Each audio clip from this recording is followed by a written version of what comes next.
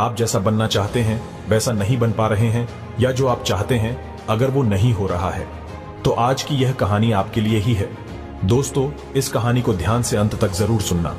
दोस्तों, अगर आप इस कहानी को अंत तक ध्यान से सुनते हैं तो आपको इस कहानी से कुछ ऐसा सीखने को मिलने वाला है जो आपको आपकी लाइफ में बहुत काम आने वाला है। इसलिए इस कहानी को अंत तक अवश्य सुने। लाइफ चेंजिंग गौतम बुद्धा की कहानी। दोस्तों, आज आपके पास जो कुछ भी है वो इसीलिए नहीं है कि आपकी किस्मत में इतना ही लिखा था या फिर आपकी किस्मत ही खराब है, बल्कि वो इसीलिए है क्योंकि आप इतना ही डिजर्व करते हैं। दोस्तों, ये प्रकृति बड़ी ही न्यायप्रिय है। ये उसे उतना ही देती है जितने का वह हकदार होता है। चाहे वो ज्ञान हो या धन, अभी आपके पास उतना ही है जितने की आप हकदार है। लेकिन अगर आपको इससे भी ज्यादा चाहिए तो आपको उसके काबिल बनना होगा। दोस्तों, ऐसा कौन सा गुण है जो आपको काबिल बनाता है? क्या आप उस गुण के बारे में जानना चाहते हैं? अगर आप जानना चाहते हैं तो आप गौतम बुद्ध के जीवन की इस कहानी को अंत तक ध्यान से जरूर से सुने। दोस्तों, इस कहानी को सिर्फ समझेगा मत, बल्कि इस कहानी को अपने भीतर उतर जाने दीजिए। तो बिना समय को गंवाए चलिए कहानी की शुरुआत करते हैं। गौतम बुद्ध के जीवन की शिक्षाप्रद कहानी जो आपका जीवन बदल देंगी। दोस्तों, एक बार गौतम बुद्ध को एक सभा में भाषण करना था और जब सभा का समय हुआ तब बुद्ध वहां आए और बिना कुछ बोले ही वहां से चले गए। तकरीबन 100 से भी ज्यादा लोग बुद्ध का उस सभा में इंतजार कर रहे थे और बुद्ध के इस तरह के व्यवहार को देखकर सभी लोग बहुत चौंके, लेकिन किसी ने भी बुद्ध से कोई भी प्रश्न नहीं किया। दोस्तों, अगले दिन फिर से सभा का आयोजन हुआ और दूसरे दिन सभा में लोगों की संख्या तकरीबन घट गई। इस बार तकरीबन 80 लोग सभा में बैठे हुए थे।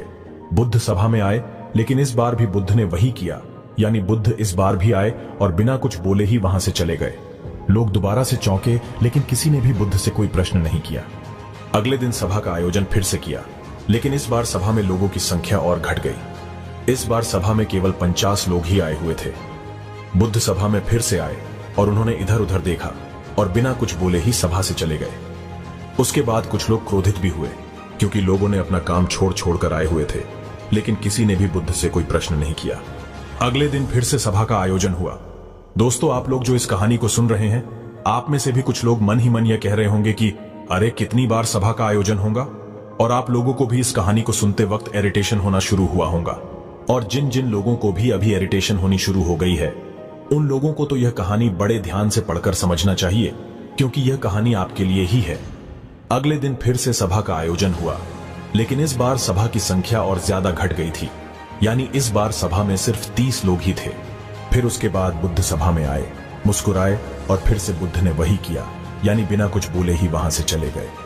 इस बार भी लोग बहुत क्रोधित हुए और इस बार लोगों ने पीछे से कुछ कहा भी और बड़बड़ाए भी, लेकिन बुद्ध ने उनके किसी भी प्रश्न का उत्तर नहीं दिया। दोस्तों, अगले दिन फिर से सभा का आयोजन हुआ और इस बार लोगों की संख्या बहुत ज्यादा घट गई थी, यानी इस बार सभा में कुल मिलाकर 15 लोग ही आए हुए थे। इस बार भी बुद्ध सभा में आए, लेकिन इस बार बुद्ध अपना आसन ग्रहण कर लेते हैं। फिर बुद्ध बोले और बुद्ध ने उन 15 लोगों को उपदेश दिया और वे 15 लोग ही बुद्ध के भिक्षु बन गए और आगे चलकर उन 15 लोगों ने ही बुद्ध के ज्ञान को अलग अलग दिशाओं में फैला दिया। फिर एक दिन बुद्ध से किसी ने पूछा कि बुद्ध, आप कई दिनों तक बिना बोले ही सभा से क्यों चले जाते थे? फिर बुद्ध कहते हैं कि मैं उन लोगों को खोज रहा था जो लायक थे, यानी कि पहले दिन 100 से भी ज्यादा लोग आए हुए थे, उसमें से ज्यादातर लोग सिर्फ आए हुए थे। उन्हें मेरे उपदेश से कोई भी मतलब नहीं था, वे बस आ गए थे। और उसमें से ज्यादातर लोग सिर्फ देखने और सुनने आए हुए थे कि सभा में क्या होता है। वे मेरे काम के लोग नहीं थे, क्योंकि वे लोग मेरे ज्ञान को औरों तक नहीं पहुंचा सकते थे। मुझे तो उन लोगों की खोज थी जो मेरे ज्ञान को जन जन तक पहुंचा सके। कई दिनों तक सभा से बिना बोले ही मैं इसीलिए चला गया क्योंकि मैं यह देखना चाहता था कि वे कौन लोग हैं जिनके भीतर वास्तव में प्यास है। जिन लोगों के भीतर में वास्तव में प्यास थी, वे लोग अंत तक जरूर रुके, और जो लोग बस ऐसे ही आ गए थे, वे लोग पहले या दूसरे दिन ही चले गए। जिनके भीतर धैर्य था, उन्हें मुक्ति का मार्ग भी मिला, और जो लोग जल्दबाजी में थे, वे लोग अब घर में बैठे हुए हैं। सवाल यह नहीं है कि मैं तुम्हें क्या दे सकता हूं, बल्कि सवाल यह है कि तुम क्या ले सकते हो। तुम्हारा पात्र कितना बड़ा है और कितने के तुम हकदार हो। जितने के तुम हकदार हो, उससे ज्यादा तुम्हें नहीं मिलेगा। फिर वह व्यक्ति बुद्ध से पूछता है कि बुद्ध लायक कैसे बने। फिर बुद्ध कहते हैं कि धैर्य के द्वारा जिस व्यक्ति के अंदर धैर्य है, वह अपने जीवन में कुछ भी पा सकता है। सभा में जितने भी लोग आए हुए थे, और उसमें से अंत तक वही रुके जिनके अंदर धैर्य था।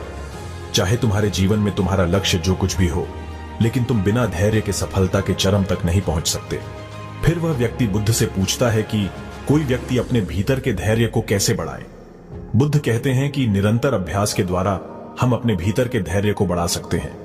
जैसे कोई व्यक्ति जब ध्यान करना शुरू कर देता है तो उसका मन उसके सामने कई सारे अड़चने लाता है, लेकिन उसका धैर्य उसे एक दिन उसके लक्ष्य तक जरूर पहुंचा देता है। फिर वह व्यक्ति बुद्ध से कहता है कि मैं समझ गया, बुद्ध में समझ गया, यानी मुझे धैर्य के साथ निरंतर अभ्यास करने की आवश्यकता है। दोस्तों, अब आपको समझ आ गया कि आपके पास वो क्यों नहीं है जो आप पाना चाहते हैं, क्योंकि आप उसके लायक नहीं हैं। आप लायक तभी बनेंगे जब आप अपने भीतर धैर्य को बढ़ाएंगे। और धैर्य कैसे बढ़ेगा? धैर्य बढ़ेगा निरंतर अभ्यास के द्वारा। और अभ्यास कौन करेगा? अभ्यास करेंगे आप, तो फिर करते क्यों नहीं? दोस्तों, खुद से ईमानदारी के साथ एक प्रश्न जरूर पूछिए कि जो आप भविष्य में बनना चाहते हैं उसके लिए क्या आप धैर्य के साथ कर्म कर रहे हैं? दोस्तों, अगर उसका उत्तर नहीं है तो अपनी असफलता के लिए जिम्मेदार आप खुद होंगे। दोस्तों, आज की यह गौतम बुद्ध की शिक्षाप्रद कहानी आपको पसंद आई होगी तो नीचे कमेंट बॉक्स में यस जरूर लिखें और उसके साथ ही इस कहानी को अपने दोस्तों के साथ शेयर करना ना भूलें।